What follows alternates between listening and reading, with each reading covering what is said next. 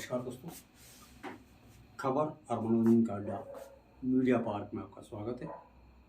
आज हम बात करते हैं चुनाव की, और चुनावी मुद्दा होने के कारण हम आपको ये अपील करते हैं, आपसे रिक्वेस्ट करते हैं कि आप अपना कीमती वोट अवश्य दें।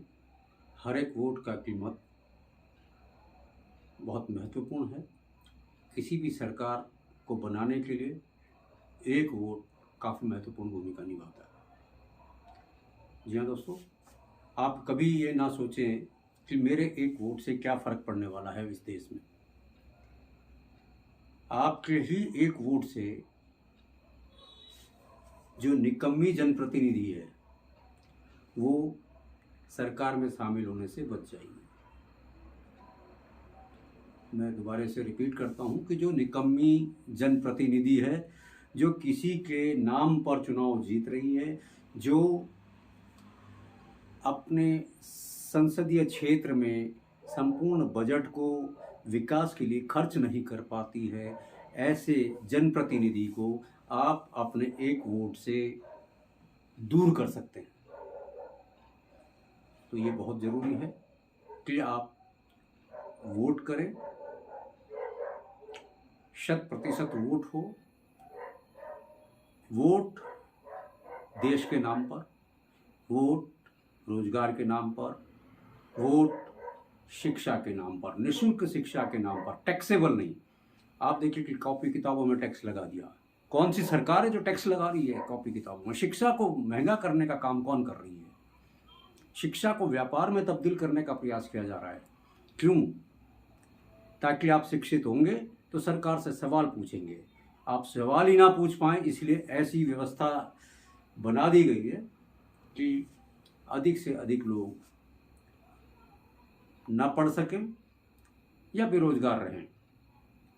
आपके पास शिक्षा उचित नहीं होगी तो आप बेरोजगार भी रहेंगे। दूसरा, स्वास्थ्य। हम इतना डायरेक्ट और इनडायरेक्ट टैक्स गवर्नमेंट को पे कर रहे हैं, बावजूद इसके जो शिक्षा के साथ साथ स्वास्थ्य भी महंगा हो गया है। स्वास्थ्य की सेवाएं महंगी हो गई हैं। अस्पताल में आम आदमी नहीं पहुंच सकता है। मेदांता जैसे अस्पताल का उदाहरण हमारे पास है कि उत्तर प्रदेश के एक मंत्री राजभर जी अपनी माता जी को वहाँ एडमिट करते और 4 दिन का 4 लाख रुपए बिल उनके हाथ में थमाया गया।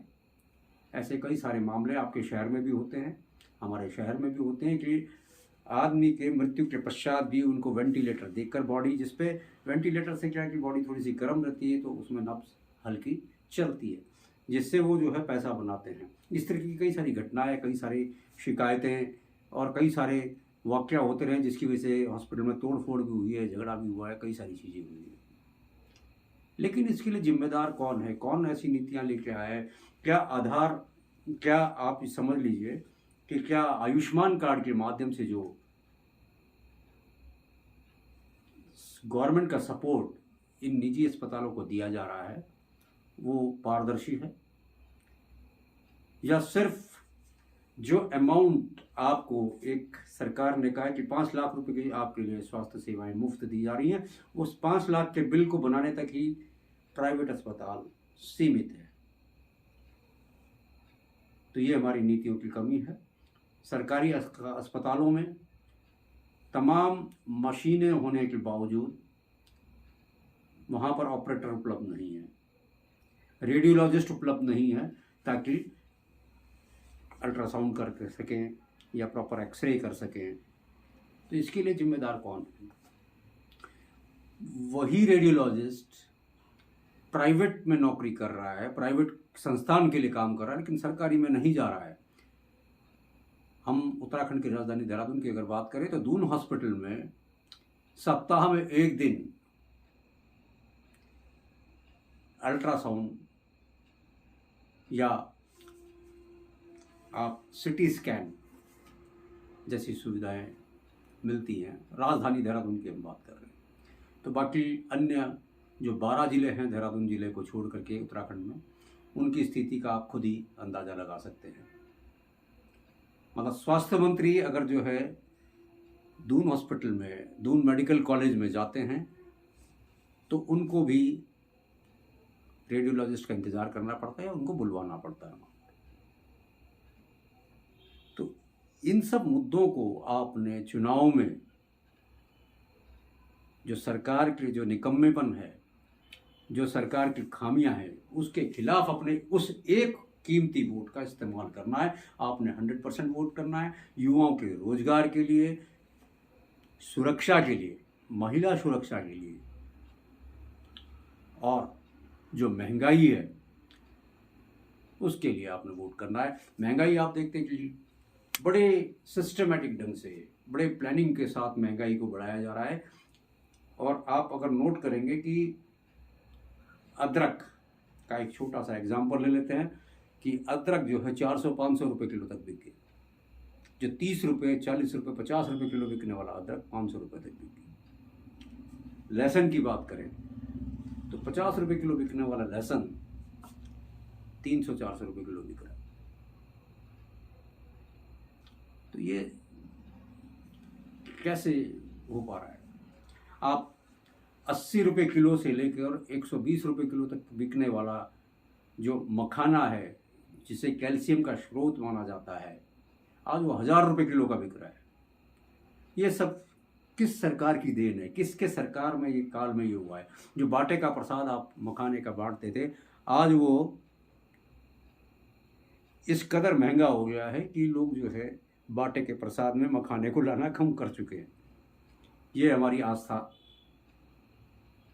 में इतनी वृद्धि हुई है। क्या आप सिर्फ मंदिर के नाम पर वोट करेंगे? क्या आप सिर्फ एक व्यक्ति के नाम पर,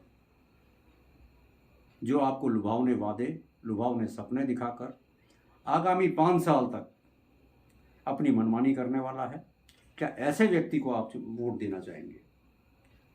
वोट आप अपनी समझ से दें, अपने क्षेत्र के सक्रिय नेता को दें, सक्रिय जनप्रतिनिधि को दें।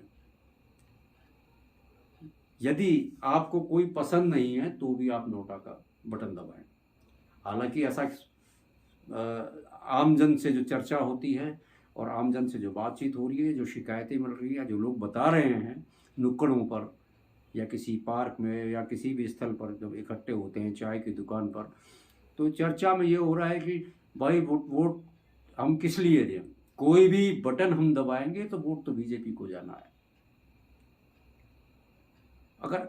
अगर ऐसा सही है, अगर यह सत्य है, तो फिर चुनाव करवाना ही क्यों? इतना पैसा खर्च करके लोगों की ड्यूटियां लगा रहे हैं हम इतने जगह, सारे विभागों के कर्मचारियों को, यहाँ तक कि प्राइवेट कर्मचारियों को भी, जो संविदा के कर्मचारी हैं उनको भी इस ड्यूटी में लगाया गया है, चुनाव ड्यूटी में, कि चुनाव पारदर्शिता से हो सके और फेयर चुनाव हो बिल्कुल। लेकिन अगर किसी का वोट ईवीएम के माध्यम से इस तरीके से लूट लिया जाए तो फिर वोट देने का क्या फायदा? ऐसा लोग सोच रहे हैं। यहाँ तक कि नोटा के बटन का भी लोग बताते हैं कि नोटा का बटन अगर हम दबाएंगे तो वो भी बीजेपी में जाएगा, इसलिए नोटा भी क्यों दबाना? तो लोगों के अंदर एक अविश्वास सा चुनाव आयोग के प्रति भर गया है। इसको दूर करने का काम सरकार को करना है, अन्यथा माननीय सर्वोच्च न्यायालय को इस पर संज्ञान लेना चाहिए। अगर 10% लोग भी ये चाहते हैं कि ईवीएम की प्रणाली से पारदर्शिता नहीं आ सकती या सही काउंटिंग नहीं हो सकता उससे, या सही वोट नहीं पड़ रहे हैं, तो उस प्रणाली को, उस प्रथा को बदल देना चाहिए। और अगर लोग मांग करते हैं कि बैलेट पेपर से वोट हो तो उसे बैलेट से वोट करवाया जाए। अगर मोदी सरकार खुद में इतना कॉन्फिडेंट है कि हम 400 सीट ही ला सकते हैं, तो उसके लिए मोदी सरकार को भी सिफारिश करनी चाहिए कि जो जनता, सभी जनताओं की, वो 140 करोड़ देशवासियों का परिवार खुद को बताते हैं, लेकिन उनकी बात नहीं सुनना चाहते। मोदी जी को उनकी बात सुननी चाहिए, उनकी बात रखनी चाहिए और तब मैदान में आना चाहिए। हार जीत तो किसी एक की होगी। अगर एक क्षेत्र में 15 प्रत्याशी हैं, 20 प्रत्याशी हैं, या 10 प्रत्याशी या 5 प्रत्याशी हैं, जीत केवल एक की होगी। लेकिन क्या वो ईमानदार जीत होगी? उस ईमानदार जीत के लिए प्रयास करना चाहिए ताकि संविधान बना रहे, बचा रहे, और एक मजबूत विपक्ष, चाहे कोई भी पार्टी विपक्ष में आए, लेकिन विपक्ष होना बहुत जरूरी है और विपक्ष का मजबूत होना भी बहुत जरूरी है। यदि विपक्ष मजबूत नहीं होगा तो जो भी पार्टी, जो भी दल चुनाव जीत कर आएगी वो मनमानी 101% करेगी, वो जनता की नहीं सुनेगी, क्योंकि जनता का प्रतिनिधित्व करने वाला या जनता की आवाज़ को उठाने वाला संसद के अंदर कोई नहीं होगा, और जो उन्होंने कह दिया उसको मान लिया जाएगा, उसे मानना पड़ेगा। तो ये सारा विवेक जनता का है कि किसको वोट देना है, किसको नहीं देना है। जो गरीब लोग और गरीब होते जा रहे हैं, अमीर लोग और अमीर होते जा रहे हैं, और जो मध्यम वर्गीय लोग थे, जो middle class, lower middle class and higher middle class, ये दोनों लोग हमारे समाज से गायब होते जा रहे हैं। अमीरी और गरीबी के बीच की जो खाई है वो पाटने की बजाय और बढ़ती जा रही है और गहरी होती जा रही है। तो इस एक वोट के माध्यम से आप इन कमियों को दूर कर सकते हैं, इसलिए आपको वोट करना है। तो आप सबसे गुजारिश है कि 2024 के इस लोकसभा चुनाव में अपने क्षेत्र के एक्टिव जनप्रतिनिधि, जो आपके क्षेत्र में रेगुलर विजिट करता हो, जो किसी बाहर से पैराशूट कैंडिडेट ना हो, जैसे कि उत्तराखंड में ही पौड़ी गढ़वाल की सीट पर भाजपा कैंडिडेट को पैराशूट कैंडिडेट बताया जा रहा है कि उनका यहाँ पर कुछ नहीं, चुनाव में वो छुट्टियाँ बिताने के लिए आए हैं। वो 1 महीने 2 महीने चुनाव में रहेंगे, उसके बाद वो यहाँ से गायब हो जाएंगे। फिर जो है जनता ठगा सा महसूस करेगी अपने आप को। तो ऐसा किसी के साथ ना हो, किसी भी पार्टी के लिए। ये खाली हम भाजपा की बात नहीं कर रहे हैं, हम कांग्रेस की बात नहीं कर रहे हैं, हम सपा बसपा किसी की बात नहीं कर रहे हैं। आप अपने क्षेत्र में अपने जनप्रतिनिधि को खुद चुनें। और एक गुजारिश माननीय सर्वोच्च न्यायालय से है, वो खुद संज्ञान ले और इस पर आवश्यक कदम उठाए, क्योंकि लोगों का विश्वास चुनाव आयोग से बिल्कुल हट गया है, बिल्कुल खत्म हो गया है। चुनाव आयोग अपने विवेक से काम नहीं कर रही है, बल्कि किसी के इशारे पर काम कर रही है, जैसे कि सीबीआई और ईडी काम करती है, जैसे कि आईटी डिपार्टमेंट का काम कर रही है, इनकम टैक्स डिपार्टमेंट। इसलिए जो वोटिंग मशीन है, वोटिंग मशीन का जो सीरियल ऑर्डर है वो ABCD के सीरियल पे चलता है, ए से लेके जेड तक। उस सीरियल को चुनाव से एक दिन पहले रैंडमली चेंज कर दिया जाए। जहां पर भाजपा का चुनाव चिन्ह है, भाजपा का नंबर है, जैसे 1 नंबर पे भारतीय जनता पार्टी कमल का निशान है, उसकी पोजीशन चेंज कर दी जाए। उस पर जो है निर्दलीय प्रत्याशी को डाल दिया जाए। तो हो सकता है अगर लोगों की बात सही है, ईवीएम में गड़बड़ी है, तो बीजेपी की जगह वो निर्दलीय प्रत्याशी जीतेगा। वहां पर इस बात को साबित किया जा सकता है। लेकिन क्या सरकार तो ऐसा बिल्कुल नहीं करेगी, अपना नुकसान क्यों चाहेगी? कोई भी दुकानदार अपना नुकसान नहीं चाहता। तो राजनीति एक दुकानदारी है, स्पष्ट शब्द। इसीलिए माननीय सर्वोच्च न्यायालय से भी अनुरोध है कि कृपया इसका संज्ञान लें और इलेक्शन कमीशन को भी आदेश करें कि लास्ट टाइम पर 1 दिन पहले, 2 दिन पहले कुछ ऐसी व्यवस्था बनाई जाए कि क्योंकि जो कैंडिडेट का नाम है, जिस क्षेत्र का भी कैंडिडेट है, उसका नाम वोट देने वाले प्रत्याशी को मालूम है कि मुझे किसको वोट देना है। उसका चुनाव चिन्ह आगे दिया जाता है, उसको मालूम है कि मैंने किस चुनाव चिन्ह पर मोहर लगानी है। तो उस नंबर की आवश्यकता नहीं है कि 1 नंबर पे या 7 नंबर पे या 5 नंबर पे या 2 नंबर पे मेरे को मोहर लगाना है। वो नाम पढ़ेगा, निशान देखेगा और उस पर मोहर लगाएगा, उसका बटन दबाएगा। तो इतनी गुजारिश आम जन की तरफ से, आम जन के हित में, देश के हित में हमारी है कि ताकि लोगों का विश्वास चुनाव आयोग के प्रति बढ़े, इस चुनाव के प्रति बढ़े। चुनाव के प्रति जो रुझान घटता जा रहा है उसका मुख्य कारण यही है कि लोग घोषणा कर रहे हैं जैसे कि फिक्सिंग हो कि हमारे 400 प्लस सीट आएगी तो 400 ही आएगी। ये अब इमेज का सवाल है, कैसे आएगी? क्या आपने कहीं कोई फिक्सिंग की है? क्या आपने सेटिंग की है? जो लोग ईवीएम की बात कर रहे हैं उसका मुख्य कारण भी यही है कि आपने सीधे सीधे डिक्लेयर कर दिया कि हमारी इतनी सीट आएगी, जैसा कि पिछले चुनावों में हुआ कि आपने जितनी सीटें बताई लगभग आपकी उतनी सीटें आई हैं। तो इससे लोगों के दिमाग में एक शंका पैदा हुई है और चुनाव के प्रति अरुचि जो इस चुनाव में भली भांति दिख रही है लोगों के अंदर।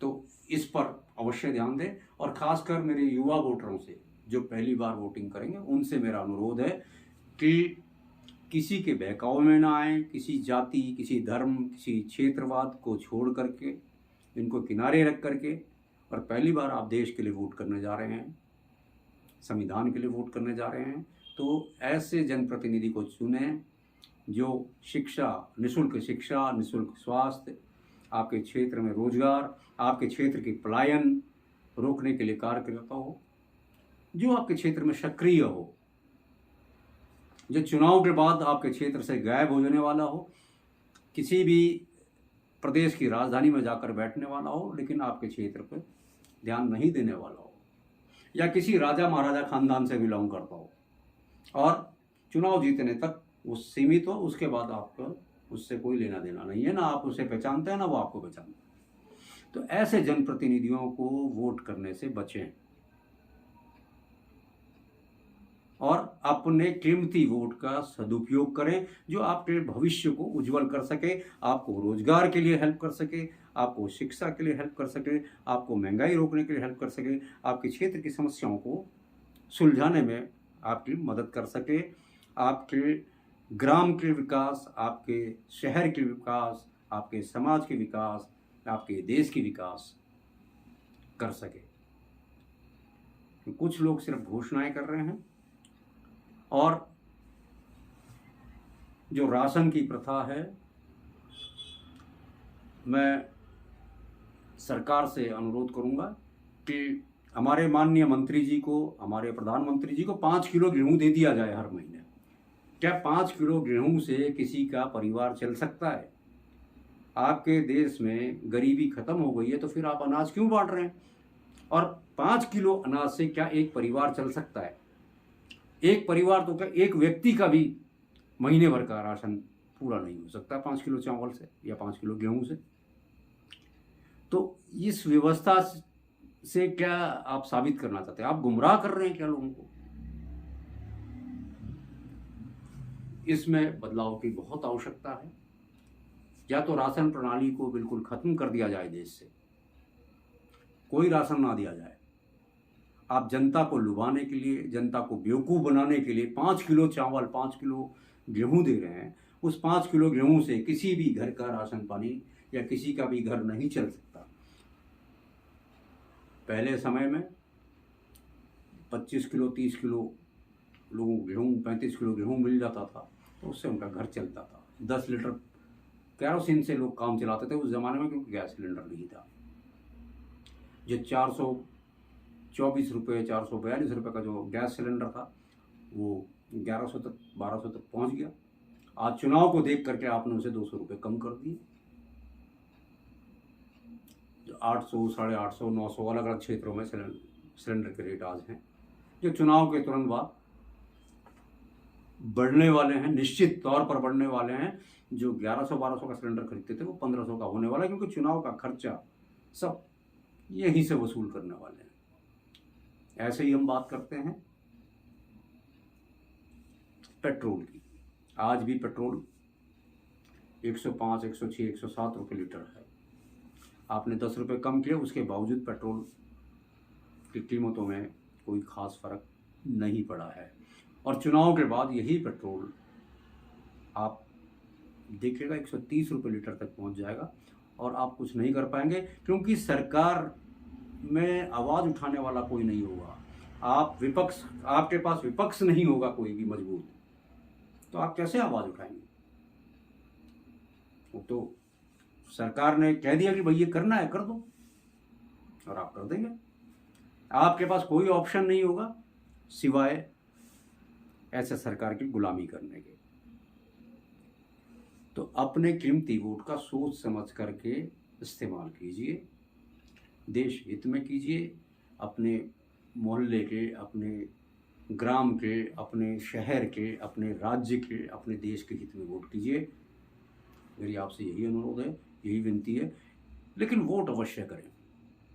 वो अलग विषय है कि माननीय सर्वोच्च न्यायालय वोटिंग प्रणाली पर निर्णय लेती है या नहीं लेती है, वो गलत कर रहे हैं, वो उनके साथ है। देखिए, ये तो साइकिल है। पहले कांग्रेस ऊपर थी, इंदिरा गांधी के नाम पर गधे घोड़े खच्चर सब चुनाव जीत जाते थे। आज मोदी जी के नाम पर गधे घोड़े खच्चर चुनाव जीत रहे हैं। लेकिन उस दौर की सिचुएशन कुछ और था, आज का सिचुएशन कुछ और है। उस दौर में उतने पढ़े लिखे लोग नहीं होते थे, लेकिन समझदार बहुत होते थे। आज के दौर में पढ़े लिखे लोग हैं, बावजूद इसके हम दूसरे के कहने पे चल रहे हैं, तो हमारा पढ़ना लिखना सब व्यर्थ है। हमें समझदारी से काम लेना है और अपने मत का सदुपयोग करना है, ताकि हमारा भविष्य, हमारे बच्चों का भविष्य सुरक्षित रह सके। ये सब हमारी बातें, जो कुछ भी हम आपको बता रहे हैं, जो कुछ भी हम कह रहे हैं, ये हमारा पर्सनल विचार नहीं है। ये सारा व्यू मार्केट से, समाज के लोगों से हमें प्राप्त हुआ, और वही हमने हमारे दर्शकों के सामने रखने का प्रयास किया। और ये सभी जानते हैं कि अगर विपक्ष कमज़ोर हुआ, चाहे वो किसी भी पार्टी का, तो मनमानी निश्चित है। तो इन सभी मुद्दों को ध्यान में रख करके 100% वोट करने का प्रयास करें। आज के लिए बस इतना ही। मुझे दीजिए इजाज़त, और देखते रहिए हमारा ब्रॉडकास्ट चैनल, खबर और मनोरंजन का अड्डा, मीडिया पार्क 24 घंटे। नमस्कार, जय हिंद।